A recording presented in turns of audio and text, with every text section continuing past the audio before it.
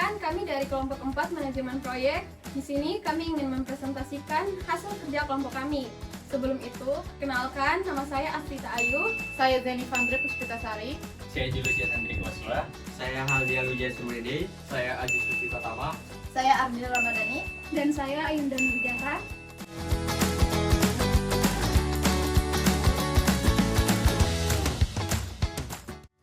Baik, kita masuk saja pada pengertian manajemen proyek.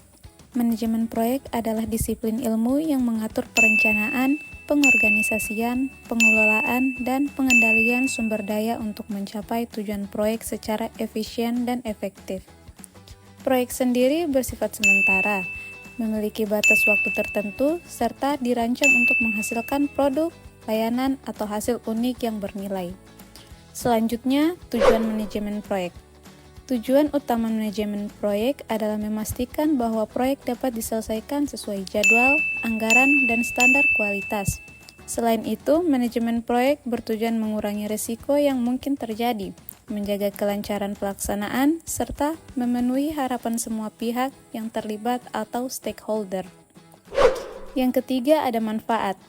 Penerapan manajemen proyek yang baik memberikan banyak manfaat, seperti efisiensi waktu dan biaya, peningkatan koordinasi tim, serta kualitas hasil yang lebih terjamin. Selain itu, risiko kegagalan bisa diminimalkan, komunikasi dalam tim lebih lancar, dan kepuasan stakeholder lebih mudah dicapai karena proyek berjalan sesuai rencana dan harapan.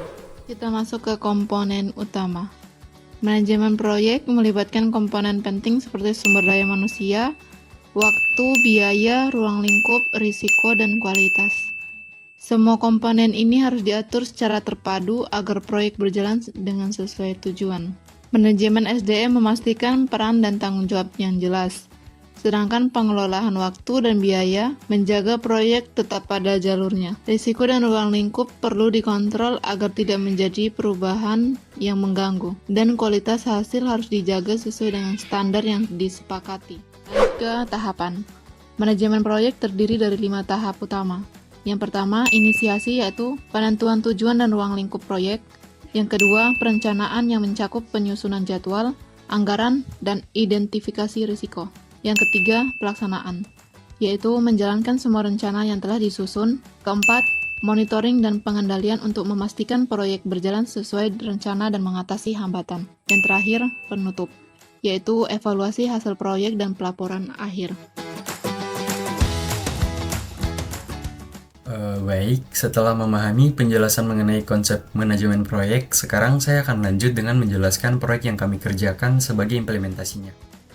Proyek ini berupa pengembangan aplikasi pemesanan lapangan badminton berbasis website yang kami rancang untuk memecahkan masalah sistem penyewaan manual yang masih digunakan di Kota Sorong. Nah, yang pertama di sini ada latar belakang dari proyek kami. Sesuai dengan penjelasan tadi, yang mana manajemen proyek sangat penting dalam pengembangan perangkat lunak agar tiap tahapan berjalan sesuai jadwal, anggaran, dan standar kualitas. Nah, khususnya di Kota Sorong sendiri, proses penyewaan lapangan badminton masih manual dan rawan kesalahan. Maka, dibutuhkan solusi digital berupa aplikasi berbasis website untuk meningkatkan efisiensi dan akurasi layanan. Yang berikut ada tujuan dari proyek kami, yang mana proyek ini bertujuan mengembangkan aplikasi pemesanan lapangan badminton berbasis website yang mendukung pemesanan online secara cepat dan efisien. Selain itu, proyek ini juga menerapkan prinsip manajemen proyek dalam setiap tahap pengembangan, serta menyediakan sistem terintegrasi untuk manajemen data, jadwal, dan akses informasi real-time bagi pengguna dan pengelola. Yang berikut ada manfaat. Jadi, manfaat dari aplikasi ini membantu mengurangi beban kerja administratif pengelola, mempercepat proses reservasi, dan mengurangi kesalahan pencatatan. Pelanggan dapat memesan lapangan kapan saja dan di mana saja secara online. Proyek ini juga menjadi media penerapan prinsip manajemen proyek serta referensi pengembangan sistem serupa di bidang lain. Nah, setelah mendengar penjelasan dari proyek kami, sekarang kami akan menunjukkan berbagai tampilan dari website kami. Yang pertama ada halaman beranda. Ini untuk ketika kita pertama kali membuka websitenya akan tampil halaman seperti ini. Kemudian kita login. ke halaman registrasi akun. Tapi kalau sudah punya akun, kita bisa langsung login aja ke halaman loginnya. Nah, ketika sudah login, kita akan masuk ke halaman daftar lapangan. Ini untuk menampilkan daftar lapangan yang ada. Di sini ada 3 lapangan. Kemudian ke halaman booking untuk membooking lapangan. Setelah mendengar dan juga melihat berbagai tampilan dari website kami, sekarang kami akan masuk pada penjelasan penjadwalan yang kami lakukan pada Microsoft Project. Kita akan membahas tampilan resource sheet dalam Microsoft Project yang sangat penting dalam manajemen proyek.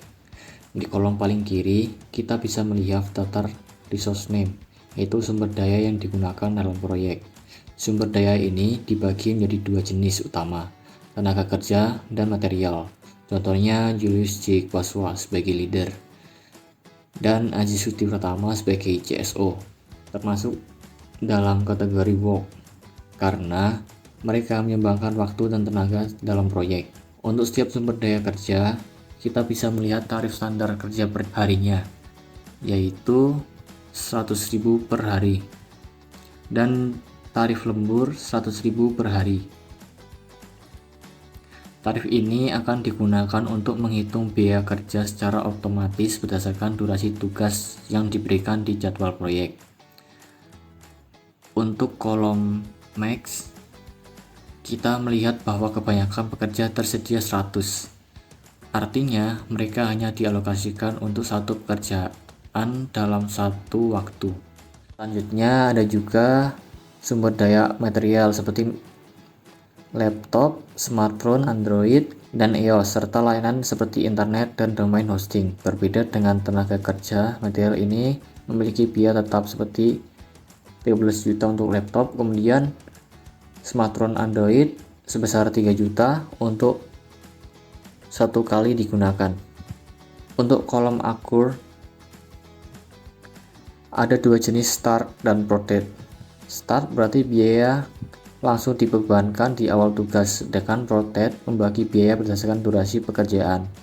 Dan terakhir pada kolom base kalender, kita bisa melihat bahwa seluruh tenaga kerja mengikuti kalender khusus bernama Wasmen Pro. Nah, di sini Wasmen Pro itu berisi kalender terkait tentang pembuatan website badminton yang memungkinkan disesuaikan dengan kalender akademik atau operasional proyek ini. Dengan tampilan ini, kita dapat dengan mudah mengelola siapa yang bekerja, berapa biaya yang dibutuhkan, dan kapan mereka tersedia sehingga proyek bisa berjalan lebih efisien dan terkontrol. Kita masuk pada penjadwalan proyek kami yang berjudul Aplikasi Pemesanan Lapangan Badminton Berbasis Web. File Microsoft ini menampilkan perencanaan detail dari proyek kami dengan 65 hari kerja disesuaikan dengan kalender. Proyek dimulai pada Senin 24 Maret 2025 dan dijadwalkan selesai pada Rabu 2 Juli 2025. Setiap aktivitas telah dirinci secara sistematis pada tampilan Gantt chart yang mencakup kolom task name, duration, start, finish, predecessors, serta pembagian tugas kepada masing-masing personel atau resource. Perencanaan ini bertujuan untuk memastikan setiap tahapan proyek berjalan sesuai waktu, sumber daya, dan anggaran yang telah ditetapkan. Aktivitas yang pertama yaitu pengajuan judul. Dilakukan selama 6 hari, dimulai dari hari Senin tanggal 24 bulan 3 2025 sampai hari Minggu tanggal 30 bulan 3 2025. Ini melibatkan Julius J. Kwaswa sebagai leader, kemudian dokumentasi dan laporan, Figma, internet, konsumsi tim, sewa tempat, dan tab. Dengan pengeluaran sebesar 7.820.000.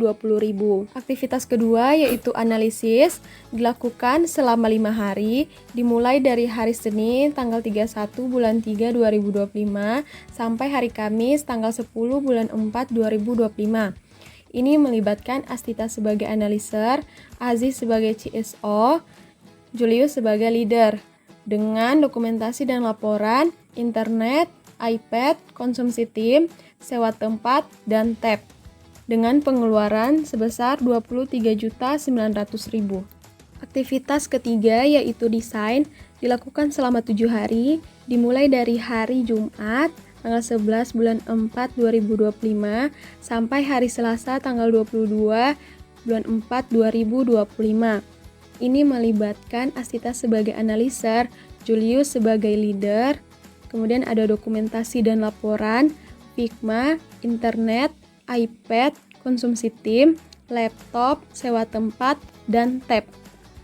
Dengan pengeluaran sebesar 31.020.000. Aktivitas keempat yaitu implementation dilakukan selama 14 hari dimulai dari hari Rabu tanggal 23 bulan 4 2025 sampai hari Rabu tanggal 14 bulan 5 2025.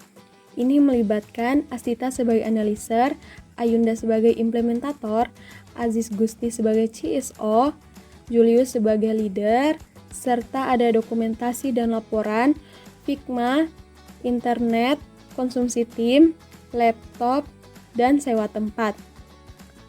Dengan pengeluaran sebesar 39.620.000. Aktivitas kelima yaitu testing dilakukan selama 3 hari, dimulai dari hari Kamis tanggal 15 bulan 5 2025 sampai hari Senin tanggal 19 bulan 5 2025. Ini melibatkan Ardina sebagai testing, Astita sebagai analiser, Julius sebagai leader, kemudian ada dokumentasi dan laporan, internet, iPad, konsumsi tim, laptop, smartphone Android, smartphone iOS, dan tab. Dengan pengeluaran sebesar 66.900.000. Aktivitas keenam yaitu development. Ini dilakukan selama 10 hari dimulai dari hari Selasa tanggal 20 bulan 5 2025 sampai hari Senin tanggal 2 bulan 6 2025. Ini melibatkan Akila sebagai marketing, Astita sebagai analiser, Ayunda sebagai implementator, Aziz sebagai CSO, Haldi sebagai developer, dan Julius sebagai leader. Dengan dokumentasi dan laporan, domain dan hosting, iklan media sosial, internet, iPad, konsumsi tim, laptop atau PC, sewa tempat, smartphone Android, smartphone iOS, tab, dan dana darurat. Dengan pengeluaran Rp107.300.000. Aktivitas ketujuh yaitu maintenance dilakukan selama 8 hari dimulai dari hari Selasa tanggal 3 bulan 6 2025 sampai hari Kamis tanggal 12 bulan 6 2025. Ini melibatkan Ardina sebagai testing, Astita sebagai analiser, Ayunda sebagai implementator, Aziz Gusti sebagai CSO, Haldi sebagai developer, Julius J. Kuasa sebagai leader, Jenny sebagai desainer. Dengan dokumentasi dan laporan, Figma, internet, iPad, konsumsi tim, laptop atau PC, sewa tempat, smartphone Android, smartphone iOS, tab, dan dana darurat. Dengan pengeluaran Rp97.820.000. Aktivitas ke-8 pembuatan laporan dilakukan selama 12 hari dimulai dari hari Jumat tanggal 13 bulan 6 2025 sampai hari Senin tanggal 30 bulan 6 2025.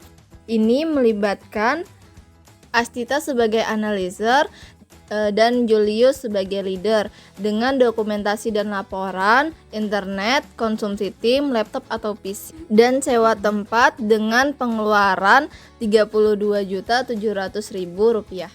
Aktivitas terakhir yaitu finish dilakukan selama 2 hari dimulai dari hari Selasa tanggal 1 bulan 7 2025 sampai hari Rabu tanggal 2 bulan 7 2025. Ini melibatkan Julius sebagai leader dengan dokumentasi dan laporan dengan pengeluaran Rp1.600.000.